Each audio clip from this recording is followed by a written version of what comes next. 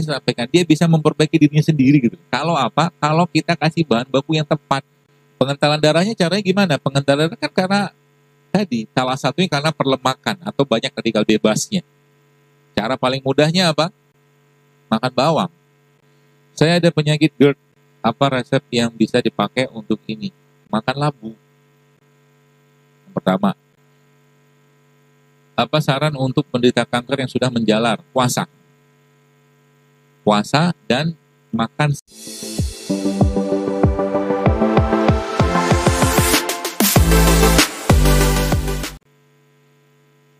Saya terkena penyakit jantung karena pengentalan darah.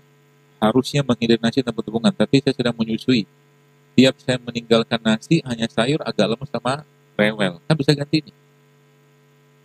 Jangan ninggalin karbo. Ya. Kalau saya sih tidak menyarankan. Saya hanya melarang atau menghimbau tidak makan nasi putih, tapi bukan nggak makan karbo ya. Makan karbo tetap, tapi pilihan karbonya karbo yang sehat.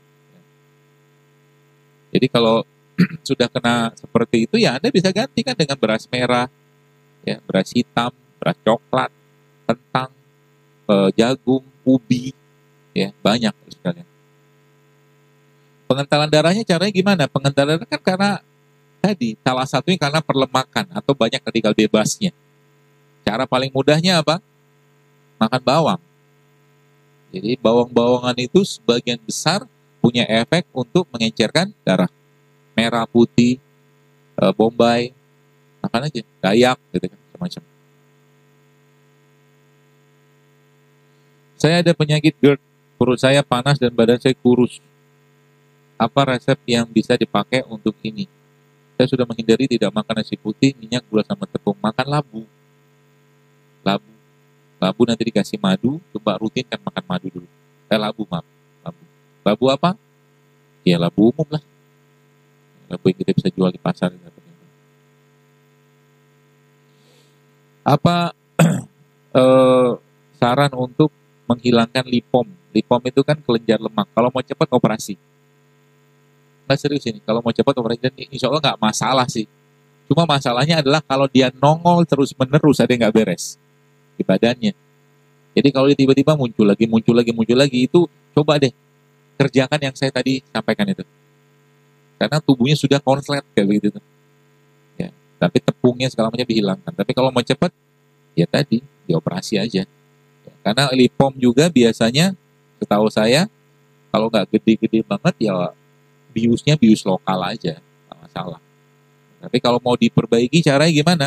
Ya bisa dengan program 7 hari bersih-bersih badan. Insya Allah membantu.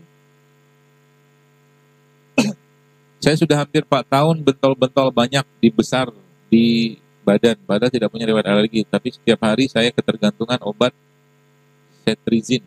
Ini salah satu obat anti alergi ya. Bagaimana caranya? Paling mudah ya pakai air kelapa.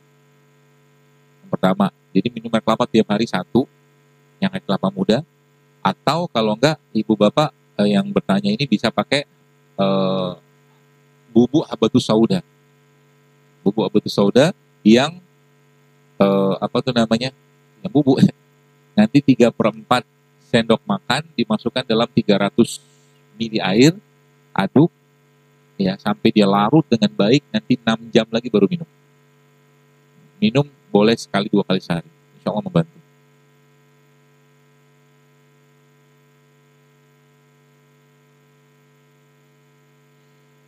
Bagaimana pola hidup sehat untuk penyakit kanker payudara? Ya, secara umum ya tadi ya, nggak ada nasi, nggak ada makanan olahan, ya, nggak ada dairy juga, produk berbasis yang susu-susuan itu seperti itu. Kemudian nggak ada lemak yang buruk, ya. Intinya adalah semakin jadi termasuk yang tadi itu bisa dipakai, ya. Yang rainbow tadi itu bisa dipakai. Ini Pak Bu. Jadi sebenarnya tubuh kita itu lagi sampaikan dia bisa memperbaiki dirinya sendiri gitu. Kalau apa? Kalau kita kasih bahan baku yang tepat. Nah sekarang asam amino nggak masuk, serat nggak masuk, karbo yang sehat nggak masuk, protein yang sehat nggak masuk gitu. Akhirnya terjadi apa? Tubuhnya kayak tadi saya katakan nggak bisa menjalankan fungsinya. Ya, jadi sebenarnya urusan kesehatan lagi disampaikan mudah sebenarnya, asal apa kita mau tahan sedikit aja makan. Ya, asal mau tahan sedikit tuh imbasnya akan sangat banyak sekalian.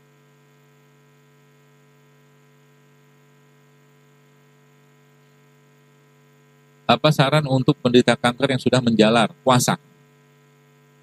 Puasa dan makan sayur atau buah organik selama 3 bulan. Tambahkan dengan kayak misalkan eh, ya boleh ya kayak misalkan ada makan karbohidrat itu silakan aja. Itu membantu banget. Dan jangan cemas. Jangan cemas. Kalau Bapak Ibu, teman-teman sekalian sempat baca postingan saya kemarin tentang penelitian bahwa ternyata ada satu jenis sel badan kita tuh yang dia bisa memakan sel kanker itu hilang. Menurun drastis kalau orangnya stres. Prinsipnya gini aja lah. Jadi saya tuh ini bukan konsep, ini sebuah kalimat yang mungkin agak-agak sedikit ekstrim, tapi memang benar. Ada seorang ibu pernah datang ke saya.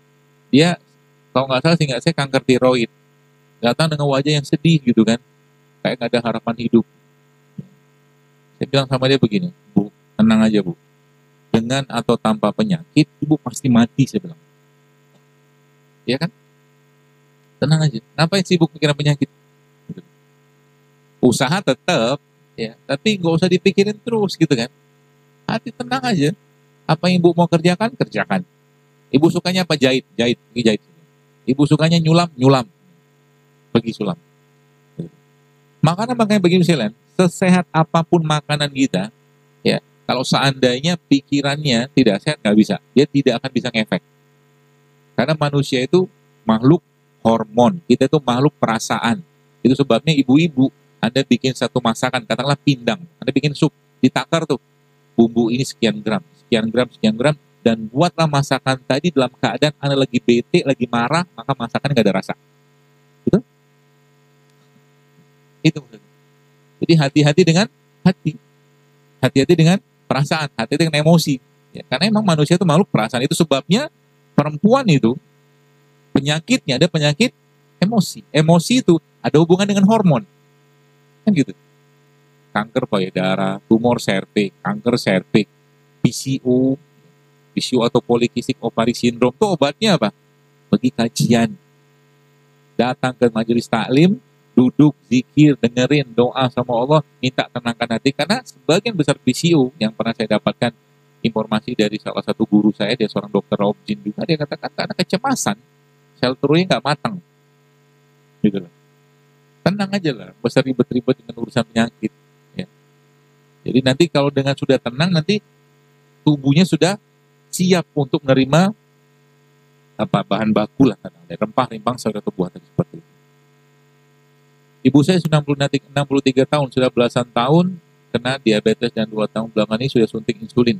Beberapa bulan ini di syarafnya, kata dokternya ada gejala stroke. Saya ingin ibu mengurangi obat dan beralih ke herbal yang bisa diolah di rumah. Apa yang saya sarankan? Ada satu buku yang mungkin Bapak Ibu boleh baca. Buku itu judulnya Panduan Hidup Lengkap Sehat Berpuasa. Nanti coba dibaca, yang bertanya ini, itu sebenarnya intinya kalau diabetesnya adalah diabetes tipe 2, itu bisa insya Allah disembuhkan dengan puasa. Dengan puasa bisa. Coba dibaca detailnya. Nanti kalau di situ lebih jelas ya, dijelaskan makan pagi apa, siang apa, malam apa, insya Allah. Nah itu beberapa yang saya lihat di situ di buku itu insya Allah membantu banget. Karena ada orang yang hampir 20 tahun ya pakai insulin, itu ternyata bisa stop.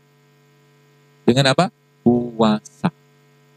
Jadi sebenarnya umat Islam ini, Bapak lihat, ada 30 hari Ramadan, ada 6 hari Syawal, ada Senin Kamis, ada Ayamul Bid, ada puasa-puasa sunnah, plus juga satu lagi ada bekam. Kurang sehat apa umat Islam? Sayangnya untuk mengerjakan itu susah. Ya kan? Apalagi pakai dalil. Ya.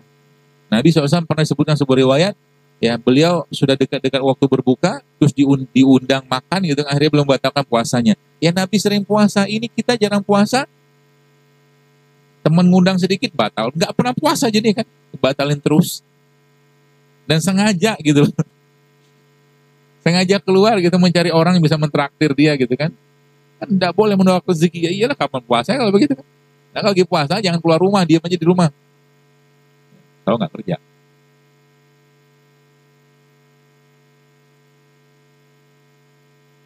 Kakak saya dinyatakan dokter sakit frozen shoulder. Apa yang bisa dikerjakan? Bekam. Dibekam sama dia akupuntur insya Allah membantu. Untuk sakit vertigo apa yang harus banyak dikonsumsi? Ya sepengalaman saya itu kunyit sama jahe itu bisa. Insya Allah bisa membantu.